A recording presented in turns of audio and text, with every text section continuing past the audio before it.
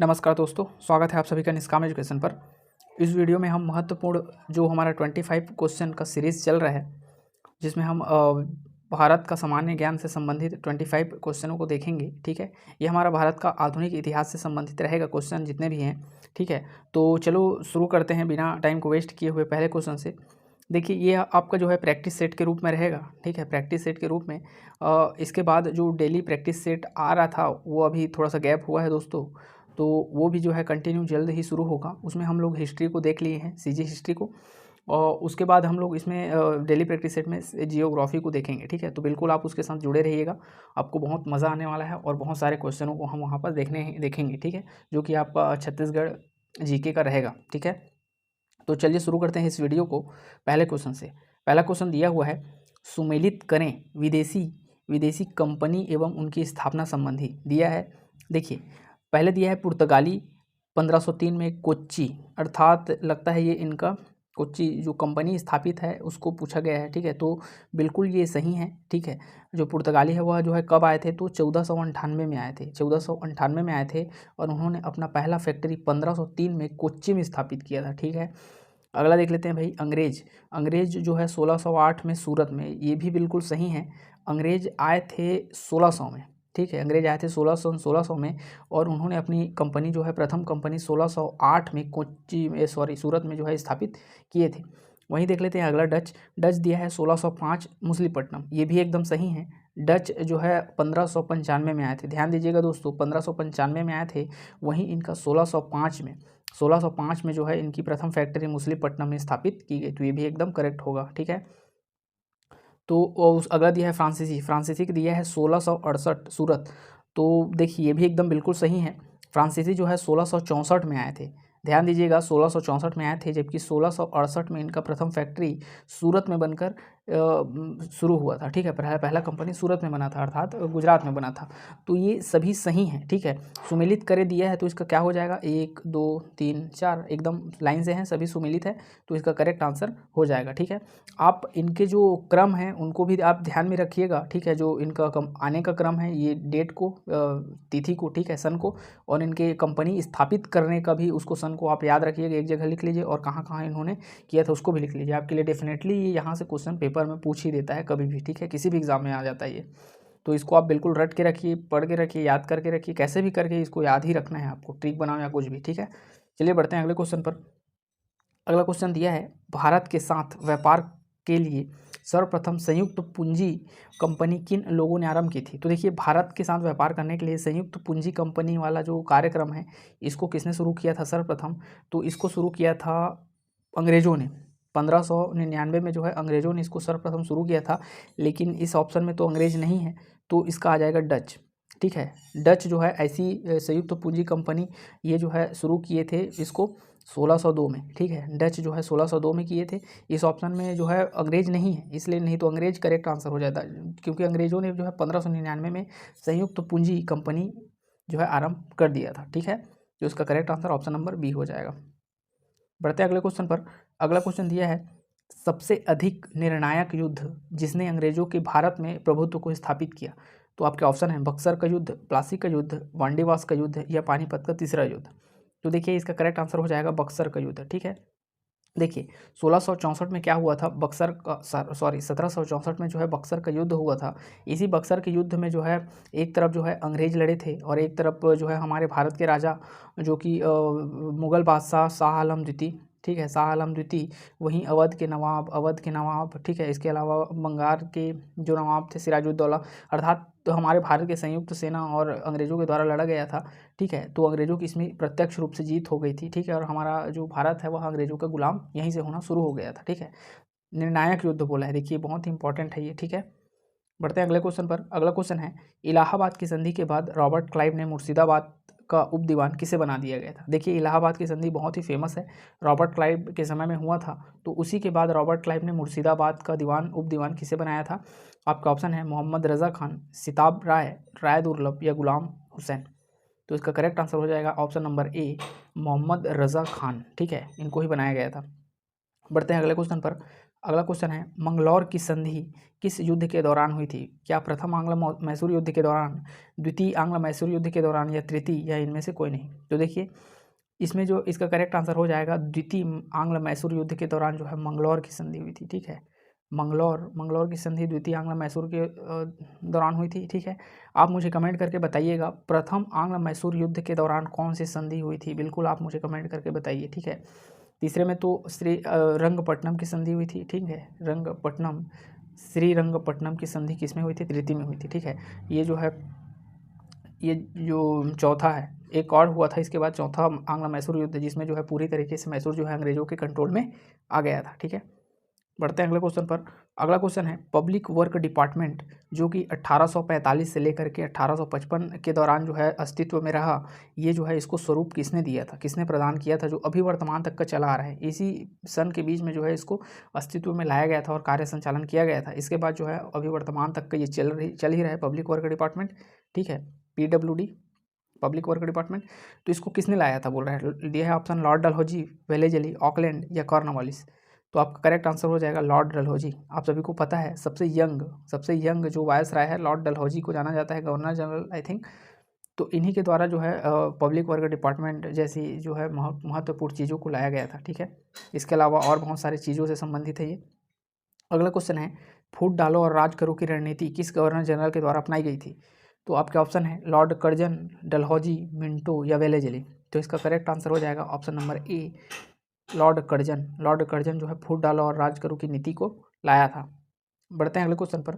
अगला क्वेश्चन है अंग्रेजों ने रैयतवाड़ी व्यवस्था सर्वप्रथम आरंभ की थी? क्या बंगाल प्रेसिडेंसी में, मुंबई प्रेसिडेंसी में, या आगरा में, या मद्रास प्रेसिडेंसी में? तो आपका करेक्ट आंसर हो जाएगा दोस्तों मद्रास प्रेसिडेंसी में सर्वप्रथम अंग्रेजों ने रैयतवाड़ी व्यवस्था शुरू की थी। अगला क्वेश्चन कर लेते हैं।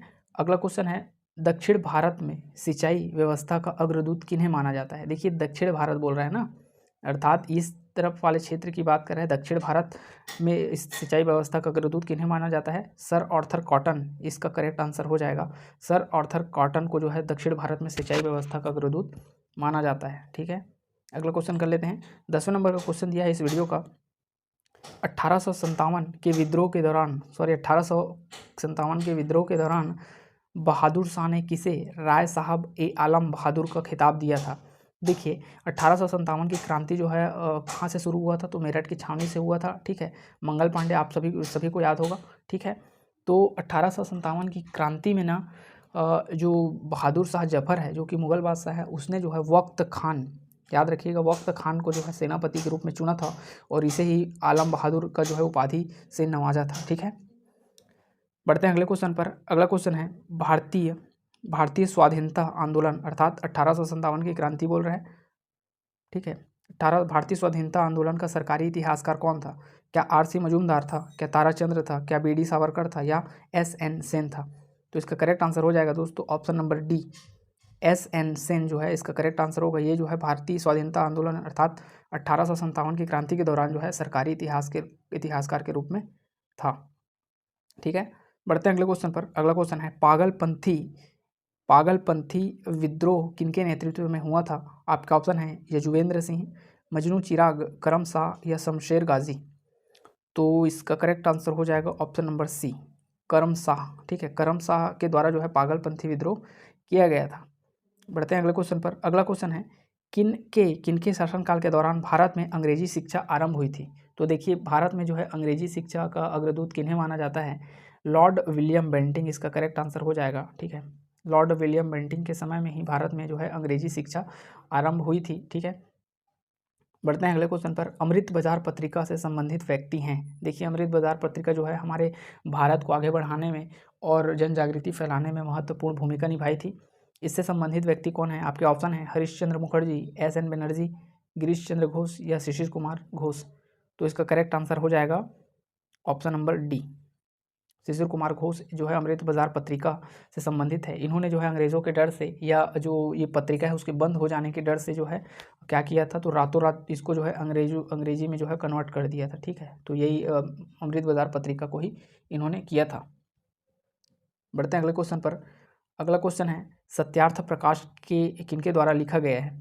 क्या राजा राम मोहन राय, बाल गंगाधर तिलक, आत्मानंद या दयानंद सरस्वती। तो देखिए दयानंद सरस्वती को जो है सत्यार्थ प्रकाश के लेखक के रूप में जाना जाता है।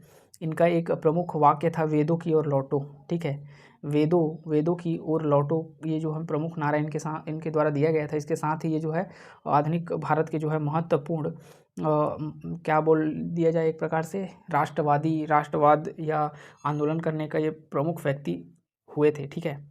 बढ़ते हैं अगले क्वेश्चन पर। अगला क्वेश्चन है भारतीय राष्ट्रीय कांग्रेस की स्थापना के समय भारत का वायसराय कौन था। तो देखिए भारतीय राष्ट्रीय कांग्रेस अर्थात 1885 की बात कर रहा है। इंडियन नेशनल कांग्रेस के समय भारत का वायसराय कौन था पूछा है, तो लॉर्ड डफरिन, ठीक है। लॉर्ड डफरिन जो है हमारे जो है 1885 इंडियन नेशनल कांग्रेस के समय जो है ये वायसराय था, ठीक है। अगला क्वेश्चन कर लेते हैं। अगला क्वेश्चन है इंडियन नेशनल कांग्रेस की प्रथम भारतीय महिला कौन थी। देखिए इंडियन नेशनल कांग्रेस का जो प्रथम भारतीय महिला पूछा है, ध्यान दीजिएगा, प्रथम भारतीय बोलेगा तो सरोजनी नायडू, ठीक है, सरोजनी नायडू जो है प्रथम भारतीय। वहीं जो है प्रथम महिला, केवल प्रथम महिला की बात करें तो वो थी एनी बेसेंट, ठीक है। नलिनी सेन गुप्ता ये कौन थी, तो प्रथम जो है कार्यवाहक महिला थी, ठीक है, कार्यवाहक महिला। आईएनसी में, इंडियन नेशनल कांग्रेस में प्रथम कार्यवाहक महिला के रूप में नलिनी सेन गुप्ता ने कार्य किया था, ठीक है। बढ़ते हैं अगले क्वेश्चन पर। अगला क्वेश्चन दिया हुआ है किस वर्ष हिंदुस्तान रिपब्लिकन एसोसिएशन की स्थापना की गई थी। तो देखिए आपका ऑप्शन है 1920, 1924, 1928 या 1930। तो इसका करेक्ट आंसर हो जाएगा दोस्तों 1924। 1924 में जो है हिंदुस्तान रिपब्लिकन एसोसिएशन की स्थापना की गई थी। अगले क्वेश्चन पर आते हैं। अगला क्वेश्चन दिया हुआ है स्वदेशी आंदोलन के प्रारंभ का तत्कालिक कारण क्या था। तो आई होप आप सभी को पता होगा स्वदेशी आंदोलन बोल रहा है तो किसकी बात कर रहा है, ये बंगाल विभाजन की बात कर रहा है, अर्थात 1905 की बात कर रहा है। इसी समय हमारा स्वदेशी आंदोलन हुआ था। तो लॉर्ड कर्जन द्वारा बंगाल विभाजन किया जाना, यही जो है स्वदेशी आंदोलन का तत्कालिक कारण के रूप में था, ठीक है। तो बाकी तीनों को पढ़ने की तो जरूरत है ही नहीं। इसमें दिया है 8 महीने का कारावास लोकमान्य तिलक को, ये तो होगा नहीं। प्रतिष्ठित नेताओं की गिरफ्तारी, ऐसा कुछ था नहीं। चापेकर बंदियों के मृत्युदंड की सजा सुनाना, ये तो अलग जो है षड्यंत्र वाला केस हो जाता है, ठीक है। तो A is the correct answer होगा 19 का, ठीक है। बढ़ते हैं अगले क्वेश्चन पर। अगला क्वेश्चन है इस वीडियो का 20वें नंबर का क्वेश्चन दिया है मुस्लिम लीग का प्रथम अध्यक्ष कौन था। तो देखिए मुस्लिम लीग का प्रथम अध्यक्ष पूछा है। आपका ऑप्शन है आगा खां, मोहम्मद अली जिन्ना, हसन खां या वकर उल मुल्क। तो क्या हो जाएगा इसका आंसर, तो इसका आंसर हो जाएगा आगा खां। आगा खां जो है मुस्लिम लीग का प्रथम अध्यक्ष के रूप में चुना गया था, ठीक है, इसको आप याद रखिएगा। बढ़ते हैं अगले क्वेश्चन पर। अगला क्वेश्चन है गांधीवादी विचारधारा किनसे प्रभावित रही थी। तो देखिए गांधीवादी विचारधारा बहुत ही फेमस है हमारे भारत में, हमारे भारत को आज़ाद कराते तक का ये गांधीवादी विचारधारा काम आई थी, ठीक है। तो रस्किन बॉन्ड से, टॉलस्टॉय से, थोरो से या उपयुक्त सभी से। तो इसका करेक्ट आंसर होगा उपयुक्त सभी से। देखिए जो गांधीवादी विचारधारा है, अर्थात जो गांधी जी थे वे जो है रस्किन से भी प्रभावित थे, टॉलस्टॉय से भी थे, थोरो से भी थे। इन सभी के द्वारा जितने भी विचारधाराएं हैं उसको जो है अपने विचारधारा में गांधी जी ने सम्मिलित किया था और इन सभी से एक नया निष्कर्ष निकाला था। उसका ही प्रयोग जो है उन्होंने भारत में जो है विभिन्न प्रकार के आंदोलन करने में सहारा लिया था उसका, ठीक है।